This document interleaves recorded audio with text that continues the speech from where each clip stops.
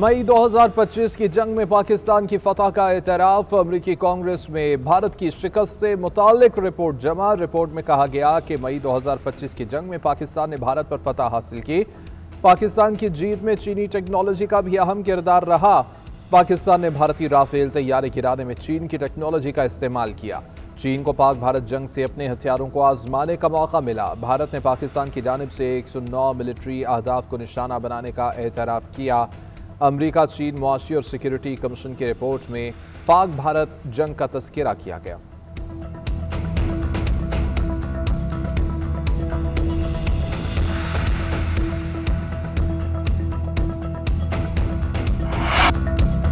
भारत दोबारा पाकिस्तान पर जंग मुसल्लत करने वाला था। हमने पाकिस्तान और भारत के दरमियान जंग रुकवाई, वो जंग भी रुकवाई जो दोबारा शुरू होने वाली थी। अमरीकी सदर डोनाल्ड ट्रंप का एक बार फिर पाक भारत जंग बंदी का तस्करा। कहा, पाकिस्तान और भारत दोनों अब अच्छे इक़दाम कर रहे हैं। तिजारत की बुनियाद पर दुनिया में 8 जंगें रुकवा चुके हैं, जिस पर फख्र है। रूस और यूक्रेन जंग भी जल्द खत्म होगी। अंदाजा नहीं था कि जंग बंदी का यह मामला इतना तवील हो जाएगा। ईरान मुआहिदा करना चाहता है, मैं उसके लिए तैयार हूं।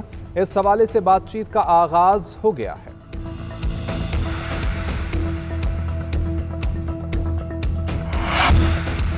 फील्ड मार्शल की काविशों की बदौलत अमरीका के साथ ताल्लुकात में बेहतरी आई। पाकिस्तान पर सरमायाकारों का एतमाद बढ़ा। फील्ड मार्शल आसिम मुनीर का 2030 तक मजबूत किरदार मुल्क में इस्तेहकाम की जमानत बनेगा। ब्लूमबर्ग की पाकिस्तानी मशहद के हवाले से रिपोर्ट जारी। रिपोर्ट में कहा गया कि स्टॉक मार्केट में छोटे सरमायाकारों की तादाद में बड़ा इजाफा हुआ। रवा साल 100 इंडेक्स में 40% इजाफा देखा गया। कई साल की बेयकीनी का खात्मा हुआ। अवाम का शेयर मार्केट पर एतमाद। 36,000 नए ट्रेडिंग अकाउंट्स खोले गए। पाकिस्तान की मईशत दोबारा मुस्तहकम हो रही है। S&P ग्लोबल रेटिंग्स और फिच ने पाकिस्तान की क्रेडिट रेटिंग में बेहतरी जाहिर की। वज़ीर-ए-आज़म शहबाज शरीफ के बेहतर माली इंतजामात और इस्लाहाती इक़दार को सराहा।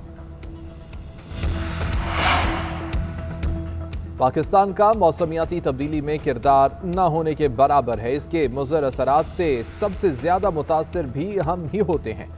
आइंदा बरस मानसून के नुकसानात से बचने के लिए अभी से तैयारी की जाए। वजारत मौसमियाती तब्दीली, मनसूबाबंदी, NDMA और सूबाई हुकूमत मजबूत हिकमत अमली बनाए। वज़ीर-ए-आज़म शहबाज शरीफ की हिदायत। मौसमियाती तब्दीली से मुताल्लिक़ इजलास में वज़ीर-ए-आज़म को ब्रीफिंग। शहबाज शरीफ ने कहा, पाकिस्तान तरक्की पजीर मुल्क है। मौसमियाती तब्दीली के मुज़र असरात पर GDP का खातिर ख्वाह हिस्सा खर्च करना पड़ता है।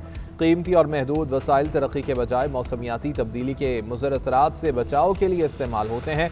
पानी के बेहतर इंतजाम के लिए नेशनल वाटर काउंसिल का इजलास भी मुनाकिद करने की हिदायत।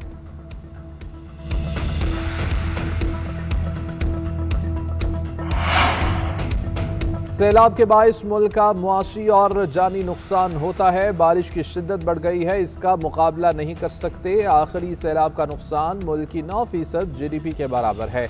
गुज़िश्ता 3 से 4 सैलाबों में 4,500 से ज़ायद अमवात हुई। करोड़ों लोग दरबदर हुए। वफाकी वज़ीर मौसमियाती तब्दीली मुसद्दिक मलिक की न्यूज़ कॉन्फ्रेंस कहते हैं कि जंग से ज़्यादा अमवात सैलाब से हो चुकी हैं। जानी नुकसान भी हो रहा है। चंद रईस लोगों ने दरिया के रास्ते पर अपने होटल बना लिए। इन तमाम चीज़ों को रोकना होगा। रिवायती सियासत होनी चाहिए, लेकिन अवाम का मुकदमा लड़ना तरजीह है।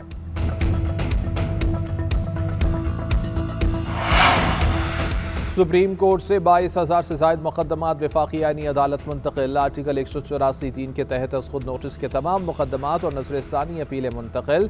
आर्टिकल 199 के तहत हाईकोर्ट फैसलों के खिलाफ अपीलें भी ट्रांसफ़र की गई।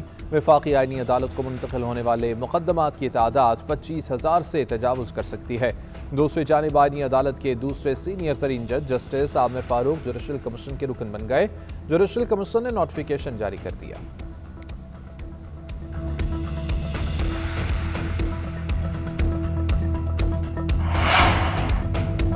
अदालत किसी उम्मीदवार की सियासी वाबस्तगी तब्दील नहीं कर सकती। अक्सरियती फैसला इख्तियार से तजावुज़ था। मखसूस नशस्तों के केस में अक्सरियती फैसले पर जुज़वी अपीलें मंजूर करने का तफसीली फैसला जारी। जस्टिस जमाल मंदोखेल ने 41 नशस्तें सुन्नी इत्तेहाद काउंसिल का हक करार दे दी। फैसले में लिखा कि 41 नशस्तों के मामले में अक्सरियती फैसला दुरुस्त नहीं। 41 उम्मीदवारों को आज़ाद करार देने का इख्तियार अदालत के पास नहीं था। 41 उम्मीदवारों का मामला अदालत के सामने ज़ेर इल्तिवा नहीं था। फैसला आइन और हक़ाइक़ से मुताबिकत नहीं रखता। जस्टिस मंसूर अली शाह के अक्सरियती फैसले में 41 उम्मीदवारों को आज़ाद करार दिया गया था। उम्मीदवारों को दोबारा वक्त दिया गया कि वो फैसला करें कि किस जमात में जाएंगे।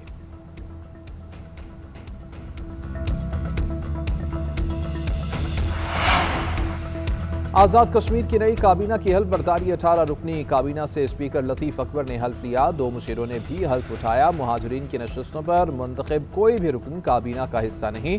मियां अब्दुल वहीद सीनियर वजीर बन गए। दीगर वज़रा के महकमों का ऐलान बाद में किया जाएगा। तकरीब में वज़ीर आज़म फैसल राठौर की शिरकत, साबिक़ वज़ीर आज़म सरदार याकूब खान और तनवीर इलियास भी शरीक हुए।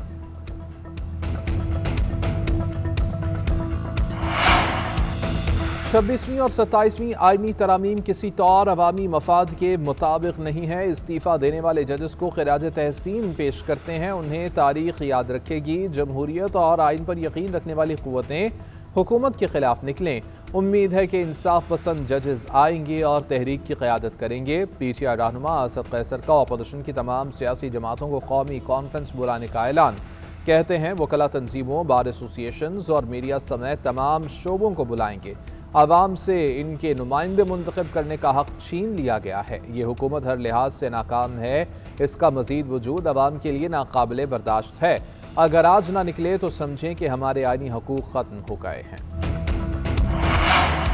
सऊदी अरब का अब्राहम मुआहिदे का हिस्सा बनने का इंदिया। सऊदी वली अहद शहजादा मोहम्मद बिन सलमान का कहना है कि हम फ़लस्तीन और इसराइल के लिए अमन और अब्राहम मुआहिदे का हिस्सा बनना चाहते हैं। फ़लस्तीन और इसराइल के लिए अमन चाहते हैं। मुआहिदे का हिस्सा बनने के साथ साथ 2 रियासती हल का रास्ता भी महफूज बनाना चाहते हैं।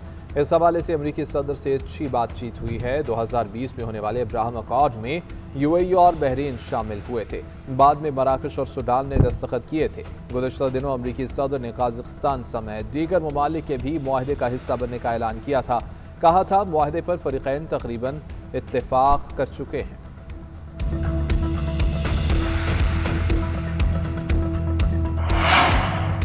यूटिलिटी स्टोर से अरबों का नुकसान हुआ, खुर्द-बुर्द पकड़ी गई। यूटिलिटी स्टोर से आवाम नहीं बल्कि अमले ने मजे किए।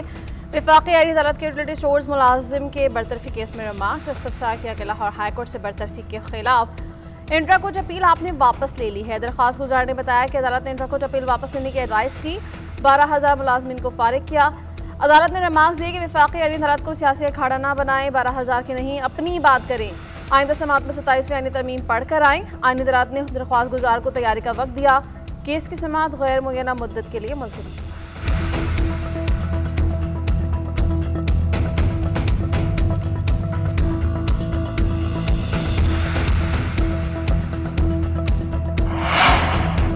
बदकिस्मती से निज़ाम में लड़ाई हराम खाने की है। सरकारी दफातर में बैठे अफसरान तनख्वाह भी लेते हैं और रिश्वत भी। ज़मीन के मुआवजे की अदायगी केस में इस्लामाबाद हाई कोर्ट के रिमार्क्स। जस्टिस मोहसिन अख्तर कियानी ने कहा इदारों में बदउनवानी होती है, तस्दीक का कोई तो तरीक़ाकार होना चाहिए। CD अपना काम नहीं कर सकता तो FIA को भेज दें। 2021 में आपने हक में फैसला दिया, प्रोसेस नहीं किया, रिकॉर्ड नहीं है तो तसव्वुर कर लें सब कुछ जाली है। अदालत ने रेवेन्यू डिपार्टमेंट को दस्तावेजात की जांच पड़ताल करके रिपोर्ट पेश करने का हुक्म दे दिया। समाअत 10 दिसंबर तक मुलतवी।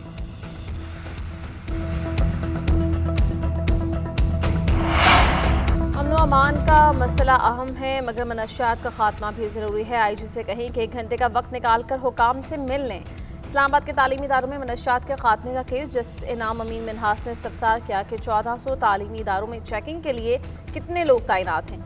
नुमाइंदे ने बताया कि 3 अफराद इसकी चेकिंग करते हैं। अदालत ने रिमार्क्स दिए कि 3 अफराद को 1400 इदारे चेक करने में 4 साल लग जाएंगे।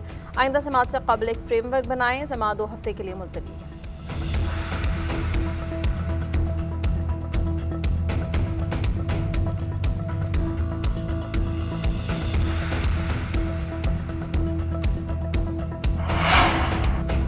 नए सूबे बनाने की बात तब भी करते हैं जब हमें हकूक नहीं मिलते। सूबे बनाने के कानून में आईनी तरमीम की जा सकती है। MQM रहनुमा मुस्तफ़ा कमाल कहते हैं कि इस साल सिंध को NFC में 2400 अरब रुपए मिले। कराची को 800 अरब मिलने चाहिए थे मगर 100 अरब भी नहीं दिए गए। विफाक कहता है कि सारे पैसे वज़ीर आला को दे दिए हैं, उनसे ले लें। पीपल्स पार्टी कहती थी कि ज़राई टैक्स नहीं लगना चाहिए। IMF ने कान पकड़ कर कहा तो आसिफ अली जरदारी ने ऐलान कर दिया।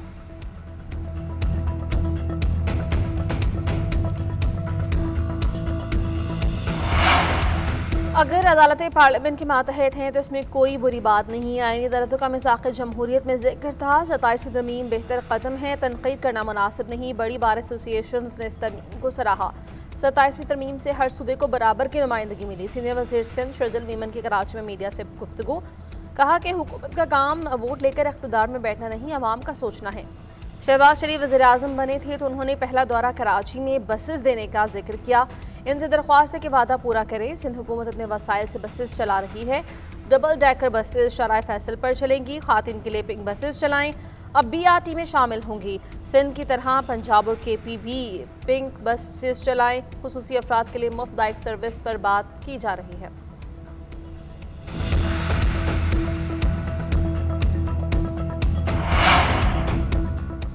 शर्जील मेमन चंद महीने बाद डबल डेकर का ऐलान करते हैं। पहले सिंगल डेकर तो चला दें, चालान की रकम पर नजर सानी की जाए, सड़कें तामीर कराई जाए। अमीर जमात इस्लामी कराची मुनम जफर कहते हैं कराची की सड़कें तबाहाल हैं। 5-5 हज़ार के चालान हो रहे हैं। सदर को इस्तिस्ना देने में MQM ने साथ दिया।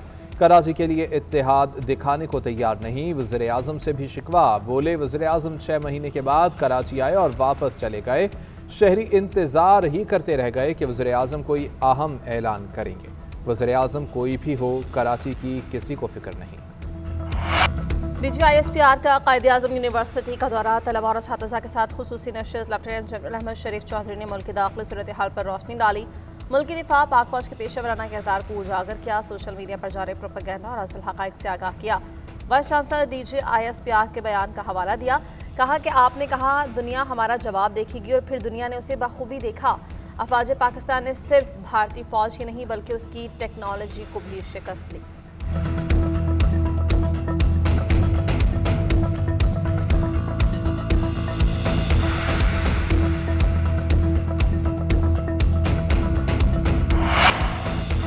गैर कानूनी भारतीय तारकीन के खिलाफ अमरीका में क्रैकडाउन, 200 अफराद को रिपोर्ट कर दिया गया। बदनाम ज़माना गैंगस्टर अनमोल बिश्नोई भी शामिल। मीडिया के मुताबिक अनमोल बिश्नोई लॉरेंस बिश्नोई का छोटा भाई और कई मुकदमात में मतलूब है।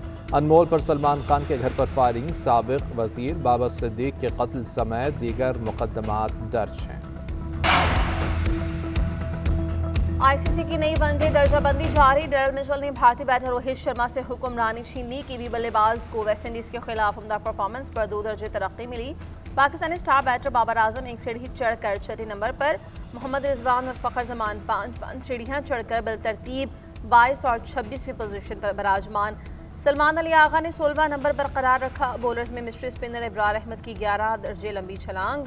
पाकिस्तानी गेंदबाज 9वीं पोजीशन तक काबिज हो गए। हारिस रऊफ 5 दर्जे बेहतरी के बाद 23वें नंबर पर। राशिद खान बददस्तूर सर फहरिस्त।